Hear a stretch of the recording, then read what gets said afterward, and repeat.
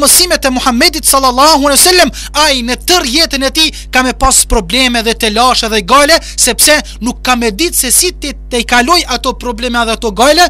Ato probleme dhe gale te i kalon vetëm se qofse muslimani lexon, kupton Kur'anin edhe shkon sipas mësimeve të Muhammedit sallallahu alaihi wasallam.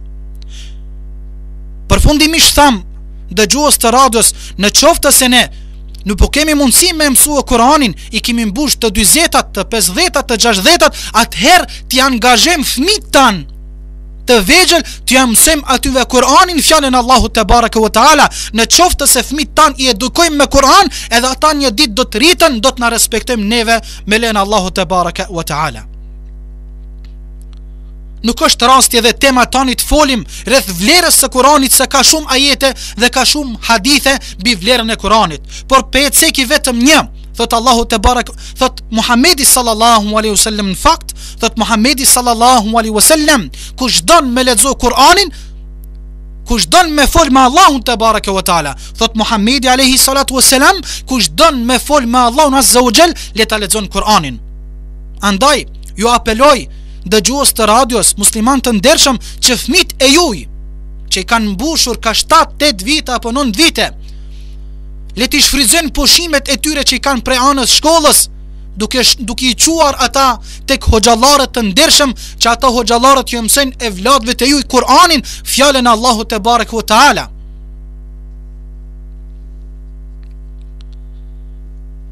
Elusmi Allahun azza wa jall që të rritet kjo rini e jon me fjalën e Allahut edhe me sunetet e Muhammedit sallallahu alaihi wasallam, që të jetë një rini e artë, jo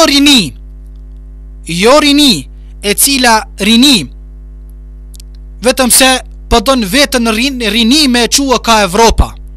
Rini, subhanallah, Allahu edhe zoft rinin ton, ja rabbel alemin. Rini që vetëm ka dëshirë që dita ati të shkoj duke ndëgjuar muzik. Rini vetëm ka dëshirë që dita ati të shkoj vetëm duke shkuar në për ahenge, duke shkuar në për diskoteka, apo duke shkuar në për kafeneja të ndryshme, duke kaluar kohën e ti kot, ashtu dhe ashtu, se nuk është puna e dur që e të punoj diçka, se është vërtet është papunësi e madhe, por let angazhohet prindër të ndershëm, let i angazhoni evlat e juj, rinin ton, të shkojnë të marrin mësimet e Allahut dhe fjalët e Muhammedit sallallahu alaihi wasallam, dhe të ndjekin studimet e tyre, të mësojnë dhe të bëjnë të mençëm, që le të jetë rinia jone e hajrit e ardhmja, ja rabbel alamin. Tani po të kalojmë te hadithi Muhammedit sallallahu alaihi wasallam. Një herë Muhammedi sallallahu alaihi wasallam ja afruan sahabët, shokët e tij, ja afruan ati një en me plot hurma. Hurmat ne që e hapim iftarin gjatë mujit të Ramazanit, hurmat të Arabis. Pasi që ngroni dhe hëngri Muhammedi sallallahu alaihi wasallam disa pre hurmave dhe disa ila. Për momentin i pyeti sahabët e tij që ishin në rrethin e tij, duke ndenjur me Muhammedi sallallahu alaihi wasallam, pasi që ngrëni Muhammedi alaihi salatu wasalam disa pre hurmave, ju parashtrin një pyetje shokëve të tij dhe ju tha: inna min ash-shajari shajaratan la yasqutu waraquha wa innaha mathalu al-muslim fahaddithuni ma hi. Që dënë të thot pyetja Muhammedit alaihi salatu wassalam, që ja parashtroi shokëve të tij. Tha pejgamberi sallallahu alaihi wasallam: inna min ash-shajari shajaratan, është një pemë pre pemëve, është një lis apo një pemë pre pemëve, la yasqutu waraquha, nuk i binjen fletat. Nuk i binjen fletat. Ne e dim se shumë pemë, që të cilat ato pemë i kemi në përoboret tona, bien fletat kur është koha e vjeshtës. Por Resulullahu i pyeti sahabët e tij dhe i tha: është një pemë pre pemëve e cila nuk bien fletat prej asaj peme. Pastaj i tha: wa innaha mathalul muslim, thot ajo pema i përngjan muslimanit. fa hadithuni ma hi, cila është kjo pemë? Kështu pejgamberi i pyeti sahabët e tij. Në mesin e sahabëve, shokëve të Muhammedit sallallahu alaihi wasallam, ishin shokët e tij të mëdhej.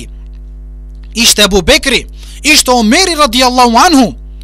Sahabët, shokët e Muhammedit, filluan të dialogonin se çfarë pemë është kjo. Në mesin e sahabëve ka qenë edhe një sahab i vogël, i cili ka qenë djali i Omer ibn Khattabit, ibn Omeri radiallahu anhu. Ai e dinte pyetjen, por i vinte turp që të përgjigjet në mesin e sahabëve, mesin e babës së tij, që ai si i vogël të përgjigjet kurse sahabët po dialogonin dhe nuk po e dinin përgjigjen këtij sahabit të vogël, djalit të Omer ibn Khattabit, ibn Omerit radiallahu anhu, i erdhi turp dhe e mbajti në gjoksin e tij përgjigjen. Përderisa pejgamberi sallallahu alaihi wasallam i pa sahabët e tij që po dialogonin, nuk po e dinin pyetjen, pastaj pejgamberi sallallahu alaihi wasallam tha: "Hiya nakhla", tha ajo pema për të cilën ju nuk u përgjigjet, tha ajo pema është palma apo hurma, pema e hurmës, që është një pemë shumë e bukur. Prej asaj peme dalin hurma apo hurme që na i hajmë apo i konsumojmë gjatë muajit të Ramazanit në hapjen e iftarit. Dëgjues të radios, pema e hurmës është një pemë ndër pemët më të mira në rrezullin toksor, ashtu sikur që ulemat dietarët islam thuajnë. Pema e hurmës dhe një ashtu këtë e vërteton edhe mjekësia se hurmeja, pema e hurmës është shumë e shëndetshme për trupin e njeriut. Është shumë e shëndetshme për trupin e njeriut. Thuajnë dietarët të ndershëm islam se në kohën e Muhammedit sallallahu alaihi wasallam, në atë shtëpi ku ka dominuar një pemë hurme, ajo shtëpia ka pasur bereqet. Do të thot, ajo shtëpia ka pasur çfarë të han dhe çfarë të ngrën. Kurse në atë shtëpi, në kohën e Muhammedit, ku nuk ka dominuar një pemë apo lisi me hurm, në atë shtëpi nuk ka pas bereqet, ajo familje s'ka pas fart për të ngrën. Pejgamberi sallallahu alaihi wasallam, në kohën e Resulullahut sallallahu alaihi wasallam, vëllezër të ndershëm musliman, haja më e mire ka qenë hurmeja, që ne sot e ham vetëm gjatë muajit të Ramazanit.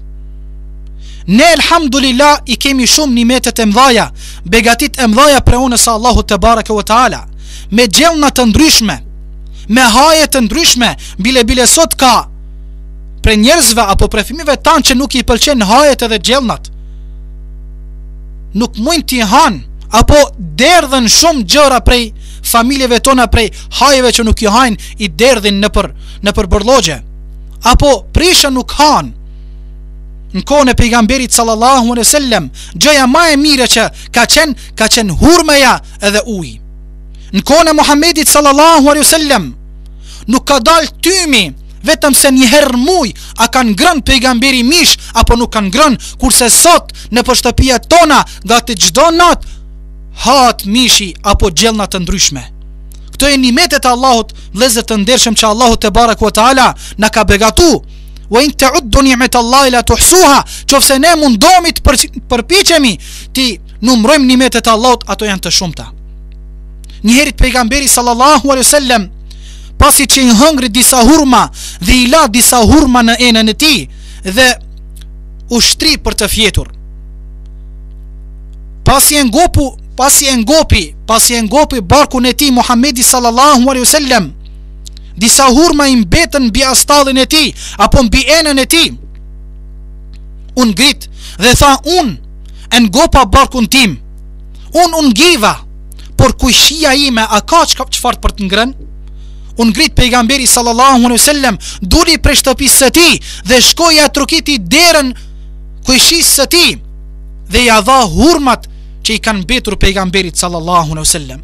Vëllezër të ndershëm musliman, Kush sot prej neve bën një gjë të tillë sikur Muhamedi alayhi salatu wassalam, për të cilin ne kemi shembull Muhamedin alayhi salatu wassalam, të ngritet, të del prej shtëpisë së tij, ta pyes kujshin e tij që është më afër apo karshi të derës së tij, apo afër derës së tij, ta pyet: o vlla, o kujshia ime, a ki çfarë për të ngrënë sot? Qysh e ki dertët dhe qysh e ki e hallat?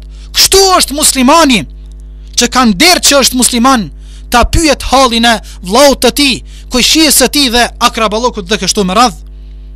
Pejgamberi sallallahu alaihi wasallam ka thënë: nuk është prej radhëve të muslimanëve ai i cili nuk ka gajle për muslimanët. Andaj të kemi gajle,